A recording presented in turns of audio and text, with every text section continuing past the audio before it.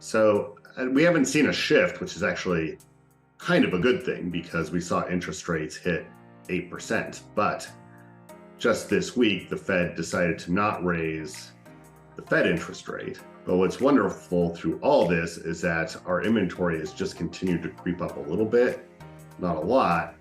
So we have the benefit of, from the buyer side, less competition, and people can make offers and negotiate and get inspection items done, whereas they couldn't a couple of years ago.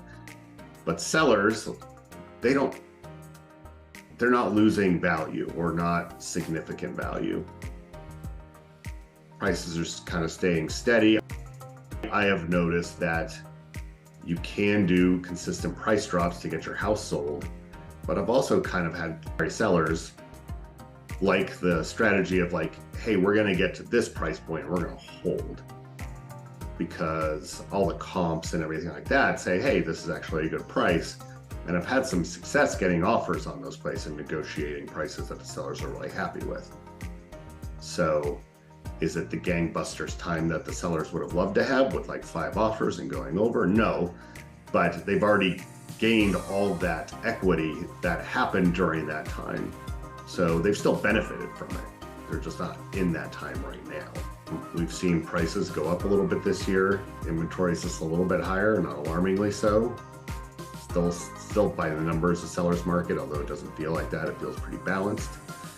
So if it stays like this through the rest of the year and into the spring, I see that as a relatively good thing, because it's not tipping the balance one way or another, which that's what creates bonkers markets, is if it's either a super buyer's market or a super seller's market.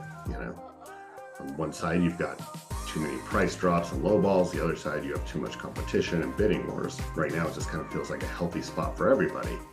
And then with the interest rates, I just feel like it's kind of recalibrating. The 3 to 4%, even sub 3% in some cases, interest rates, that is not normal. It's just not normal. And a lot of people kind of got it in their heads like, oh, this is just what we can expect, right? But maybe we'll drop back into the 6s, and that's kind of more of a norm. And if you look over the last 30 years, that's very average interest rate. There's always trade-offs in every market.